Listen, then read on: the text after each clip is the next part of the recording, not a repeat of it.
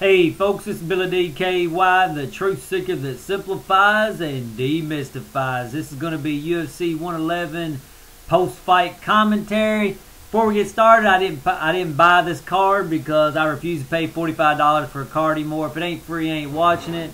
With that said, or at least it ain't made cheap where I can watch it. But I did still see what I wanted to see off YouTube. Thanks for people who posted those videos up so I can see it. Okay. First fight I want to talk about is Shane Carwin versus Frank Mir. And I got burnt on that fight. I'm not voting. Here's what I learned about this fight. And it also got taught this lesson in the Carwin versus Big Nog fight.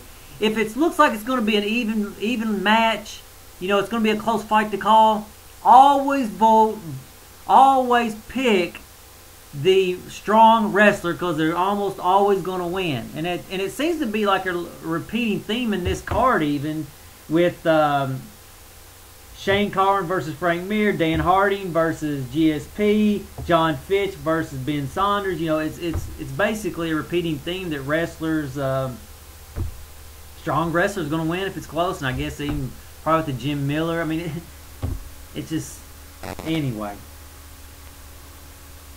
That was a great performance by Shane Carwin. Frank Mir, you know, basically he did a good job for, you know, the party was conscious.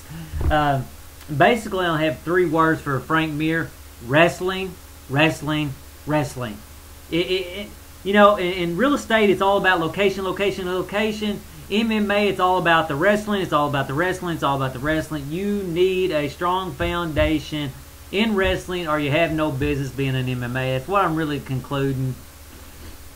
But it was a great performance by Shane Carwin, and you know, I think it's going to be a really interesting matchup between him and Brock Lesnar. I wasn't able to see the little, you know, the last part where they brought Brock into the ring. I read about it a little bit, but that is going to be an interesting matchup, especially with. So basically, the way I see, we got 4 big dogs right now in the heavyweight, which Brock Lesnar, in my opinion, is not the champ. Who is he beating? He beat Randy Couture. That's it. You know what I'm saying? He hasn't really been through a barrage of tests yet. I mean, he beat Frank Mir, but, you know, it wasn't the new invigorated Frank Mir, but he was a good Frank Mir. So basically, we got 4 guys in the heavyweight division vying for the belt, which, again, I don't consider Brock the champ, really. We got Shane Carwin. We got Brock Lesnar. We got Cain Velasquez, and we got Junior Dos Santos. Any one of those 4 guys, in my opinion, can be the champion. It may even circle between those guys. So I'm really looking forward to that fight between Shane Carwin and Brock Lesnar, because in my opinion, that will be the first real test for Brock Lesnar. Okay, next fight, Dan Harding versus GSP. Classic GSP fight. I'm going to try to follow the Bambi principle. If you don't have nothing good to say, don't say anything. So I'm going to limit my comments. Congratulations, GSP. It's what we expected. No real shock. I was impressed with Dan Harding's ability to hang on, you know, through the Kimura and the arm bar. You know, obviously he's a tough guy, and I got 3 words for Dan Harding: forget all your other training. Wrestle, wrestle, wrestle. Till you get that, you don't need to face GSP again. Next fight, which I did not see this fight. Couldn't find it on YouTube. John Fitch versus Ben Saunders. You know, it's, from what I read, basically it's classic John Fitch fight, boring as hell. So, but good job to him. You know, I mean, you know, it ain't like he didn't train and win it. So it just, you know, from a fan base sport, it was really boring fight, best I could hear. Okay, Nate Diaz versus Rory Markham. I really don't like it when a guy don't make weight. It's like cheating in a way. And, oh, that once brings me back to Dan Harding versus GSP. Did you notice GSP spitting the water upon himself again? And, oh, I want to go back to the GSP, too. People telling me, oh, you're into the mind, you're crazy, you lost your reputation when you did that. Every video I've seen on GSP since I did my video, fear has come up in it in one form or another. He's afraid of aliens going to abduct him. He's afraid of this. He's afraid, I mean, and then you want to say, I don't know what I'm talking about. You will come to have respect for what I say. If you can't have respect for what I say in the moment, you will come to respect what I say in the future, because what I say, you'll see it over and over again, because that's what I talk about. It ain't an opinion that I have. Alright, sorry. Got a little soapbox there. Okay. Nate Diaz versus Rory Markham. I absolutely love the Diaz brothers boxing style, and I've said it before, and I got to say it again. I love the style. You're not putting your full power into it.